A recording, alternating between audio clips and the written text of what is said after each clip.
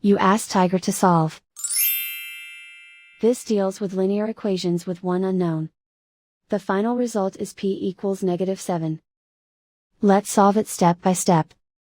Swap sides. Isolate the x. Multiply both sides by inverse fraction 7/2.